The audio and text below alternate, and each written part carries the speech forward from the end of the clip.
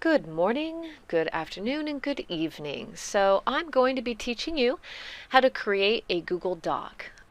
I want to make a prelude to this that the only time we're actually going to be using Google Docs to quote unquote turn in items is just for two different types of rough drafts. That's going to be the rough draft of your narrative and the rough draft of your research paper. And the reason for that is I find this works really well for peer reviews, and a lot of people already have Google Docs. It's just something that I feel has worked really well over time. So we're just going to continue doing that for this semester. So again, when I say turn in, that just means that your assignment will be turned into the folder and I'll consider it done. For this particular how-to, you're going to find it under Pages. So say you can't remember where it is. If you click under Pages, you're going to see, and I'm actually going to show you, I haven't finished all these yet, as you can tell, a different list on how to create a Google Doc, where's a source summary. We're going to have different things like MLA options. So anyway, these are going to be where you can find this information. So you found it, obviously, you were here, so that's a good start. So I try and give you as many good written assignment directions here, but I feel like walking you through and talking you through will probably be a little easier too. So in starting, right here it says go to this link. This particular link is just for an example right now. Your assignment might actually look very similar. This might actually look just like your class. So if it looks a little different, don't panic, but pretty much everything else is going to look almost exactly the same. When you first get here, if for some reason you do happen to have a Google account and you're not logged in, you're going to look like this. Say you don't have a Google account, it's still going to look like this, and that's okay. So the first part you'll see up in the corner, it'll say drive with a little triangle, and then the words maybe like a narrative rough draft or the research paper rough draft. That's where you're going to be creating your document. So when you come here and all you see, sometimes you might actually see a list in this area of last names. Like, yeah, I see it written with other people's assignments, and that's okay. Or you might see nothing. It kind of depends on if you were the first one to put in something for this folder. So you're going to see there's not much going on right now, but you might notice how it keeps saying sign in. That means you're not signed in. So what I'm going to need you to do is sign in. If for some reason you already have a Google account and you've logged into your Google Drive multiple times, you might see up in the top your name, your email, and that you're signed out. And you can very quickly and easily sign in. If you don't see your name in here, but you do have a Google account, you can say underneath where it says use another account. If you don't have a Google account, you can actually click that again, the line I just hit, and create an account. So if you do not have a Google account, I'm going to show you that real quick just so you can visualize it again. So if you don't have a Google account, again, you can sign in up in the corner. And then go ahead and you'll click use another account. So if you don't have a Google account, just use another account. Okay, so we're going to assume that I don't have a Google account or that my name doesn't pop up there. If I wanted, I could see how my name underneath pops up automatically. It says that this computer's recognized me. I do have an account and I can click on it. Obviously, if you forgot your email, if you had a Google account, you want to use it again, you can just walk through all those steps. Otherwise, if you do not have a Google account, don't panic. It's just as easy as having a Google account. You just create one. Super, super easy. For this, you're going to say for myself. When you click create an account, it's going to say for myself. And then you can just put in all of your information, a password you want to use, and hit next. Many times what's going to happen is you can use your current Gmail account if you want, if you for some reason remembered you had one, or you can actually use a different email address. It doesn't have to be Gmail, and that's really, really nice about this. You don't even need to have an account. You can just sign in. All right, and so again, just click through down below. You're going to see where it says next. Click on through, and it's just going to guide you really easy. I believe it can send you a text through your phone to validate your account. Super, super easy. For me, I would like to just use the account that I already have. So give me a second while my computer goes through. And I'm up here, so I'm going to click it. And what's nice is it lets me just clock in if I can remember my password, because I'm always clocked in and I never log out, except for when I have to show you all how to do this. So just give me a few minutes. Confirm. Okay. Cool. All right, so what's really nice about once you hit that click, it doesn't send you anywhere wild and weird. It just brings you right back to that folder. Thank you. Because otherwise it gets really confusing and you have to get, click a bunch of places to get somewhere. You don't have to worry about it with this. It makes it really easy. Now, you're going to see that the front of this has changed. Something looks different. Oh, look on the left-hand side. You have a lot of different options now. You're going to see also below the search in the drive, you'll see where all this information is. For me, there's a lot of, I have a lot of folders, so this is what mine will look like. I'm also the creator, might look a little different for you. You might not have all of this, so just keep that in mind. And then up in the corner, in the right-hand corner, you're going to see your information and a bunch of fun little things. So we are going to talk about the left-hand side later. This is where we're going to do a bunch of other stuff. For now, we want to look on the left-hand side where it says Drive with a little triangle, and then below it says New, and then you can ignore the bottom ones for now. Because what we're going to do, obviously, is if you click the plus new button, you're going to see a pull-down menu. And the pull-down menu is going to have a couple options. The only thing I want you to do is create a Google Doc. Do not create a folder. Don't really upload anything. I just want to keep it super simple. So we're just going to do a Google Doc. Say you're more comfortable working on Word or another program somewhere else. That's okay. You can actually copy and paste it into the Google Doc. But let's not upload or anything like that. It gets way too complicated and then it looks like a mess and it makes it really complicated sometimes for other students. So we're just going to go to Google Docs only, nothing else. Click on that. And it's going to give you a window that's going to pop up. It says create and a shared folder. Yes. So that's what you want to do. So you want to click where it says create and share. And if you give it a minute. All right. You now are the beginning of creating a Google Doc. Up in the corner, so now you see this blank slate. You see it almost looks like Word, which is awesome and super easy because that's what we're used to. You're going to see up in the left-hand corner where it says Untitled Document. Keep in mind you might have to wait just a minute for your document to load and get its you-know-what together before you do this because it gets weird when you go to type. So up in the right-hand corner where it says Untitled Document, I want you to click it. And when you click it, it's going to highlight the word Untitled Document. Okay, super easy. Once you do that, I want you to make sure that you put in a very specific way in which I want you to label your papers. And this is how it's going to be throughout the semester. It is always your last name, all right, an underscore, that's shift dash, okay, hit the shift button and the dash number, and that's considered an underscore.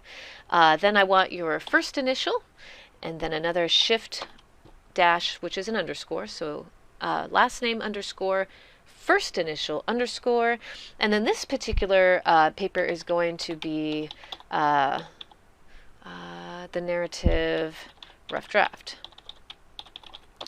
Perfect, done. Don't hit enter, don't do anything.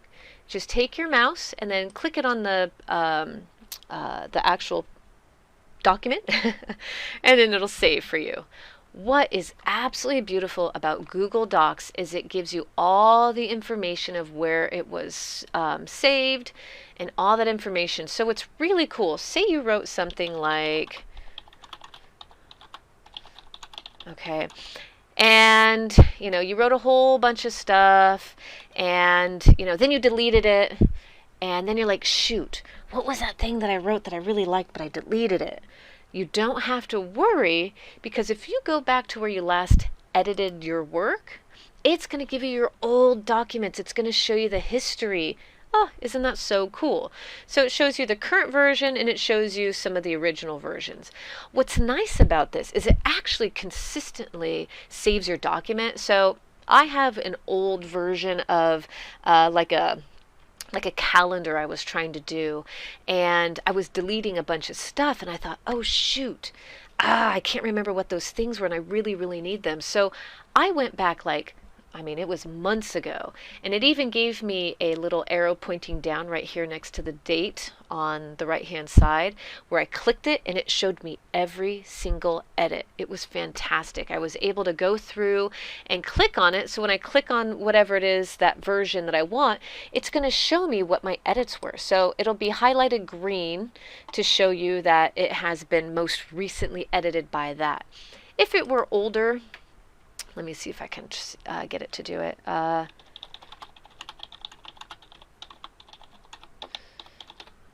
Whoops. What's really funny is my cat is actually named Andy, so human names for animals cracks me up. Okay, so here it shows you it was saved to the drive. It was edited seconds ago. I'm going to wait a minute just to show you. Okay, let's see if we can go back. Perfect. So usually within the time, since I've been doing this within the minute, it's not going to show you the edits. But if you wait a couple of minutes, it'll actually pop up. And then this would have, it would show you the changes. Anyway, the reason why I show you this, and I walk through this very detailed, is so that you really understand Google Docs, so that you feel comfortable using it. And so say again, there was a part that you were writing in your narrative that you really liked, and for some reason you deleted it, but you couldn't remember what you wrote. You can go back to the last edits that you did and retrieve it. So what I've done before is when I went back to my edits, here you go, watch. See that little arrow? When I click on that, look what it does. See how it shows me this one last edit on the 13th show at 11:13 a.m.? It shows me my first one versus my most recent. And look, it shows where there was a new edit. Right on. This is why I love Google Docs. It really keeps track. Well, it really keeps track of the things that you do. This could be maybe good, maybe bad. It depends on your outlook on being tracked. For me, I do appreciate it as a writer. So anyway, so this is what we're looking at here. Say you want to go back and all you want to do is just remember this thing. You can copy it, Control C. Once you highlight it, if you Control C on your mouse, you can actually go back to it and copy and paste whatever you want. Control V, ta-da! Control V sets it down. Unfortunately, when you do that, it keeps the color green if it was a recent edit on your thing. So you just have to highlight it and then change the text color to black. Ta-da! Okay. These are shortcuts. If I'm going too fast, I apologize. That's why it's being recorded, so that you can go back and see what I did. Okay. All right. So this shows you my most recent. If I click this again, look at all these little tiny edits that it does. This is before, that's that edit, and that's my other edit. Ta-da! Perfect. So if for some reason you don't want to do the copy and paste, you could just hit restore this version, and it's going to go all the way back to this particular version. I personally don't like doing that because it worries me that I'm going to delete something else. So I usually just do a copy and paste. But you do what you want. You can fart around with it and figure out what works best for you. Totally up to you. Anyway. When it comes to the rough draft narrative, I'll talk to you a little bit about how I want it written. When it comes to not that's just a rough draft, sorry. So the rough drafts on any of these, they can be a little bit rough. They aren't going to look perfect, but they're definitely going to have a substantial amount of information so that when your peers come through and they go through to peer review, I'll talk about that in a second, they're going to have a lot of work to work with. Anyway, so long story short, that is how you create and label your what do you call it, your Google Doc. You can also go up here and rename it if you wanted. Say you're like, oh shoot, I forgot the underscores. I mean, obviously you can still edit, but I am very particular about naming it. The reason for that is understanding that when someone gives you directions, you want to follow through with those exact directions. This applies to all things, whether you're trying to set up a computer or whether, well, super easy to do that now. Whether you are following instructions for your job. So the reason why I give you these very specific things is for a very specific reason. It also, for me, helps me when I'm going through and grading. So I do need you to follow the ways in which we do this in class. So some of your other teachers might be a little bit different on how they do it, but for this particular class, again, I need your last name, underscore, first name, underscore, and the name of the particular draft that you're writing. As you move forward, you're going to see not just the narrative draft, the research. It's the research rough draft. It's going to be labeled the same, except it'll say research rough draft. So you're going to see as we scroll down here, these are how I would like you to name all of the documents.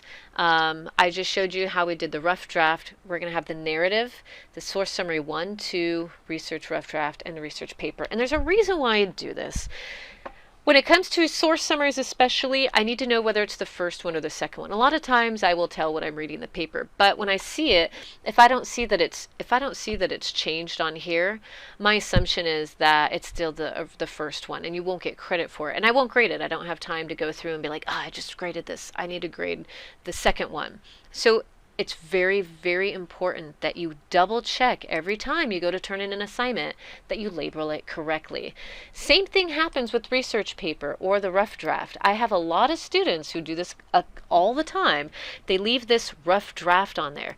My assumption is you never changed your rough draft. You didn't do any edits on it at all. In fact, you didn't even edit the title of it. And because of that, to me, it tells me you actually did not do substantial edits on your paper. And for me, that kind of wastes my time. So it's very important that you show me that you know that this is a new piece of, this is a new document, this is a new thing.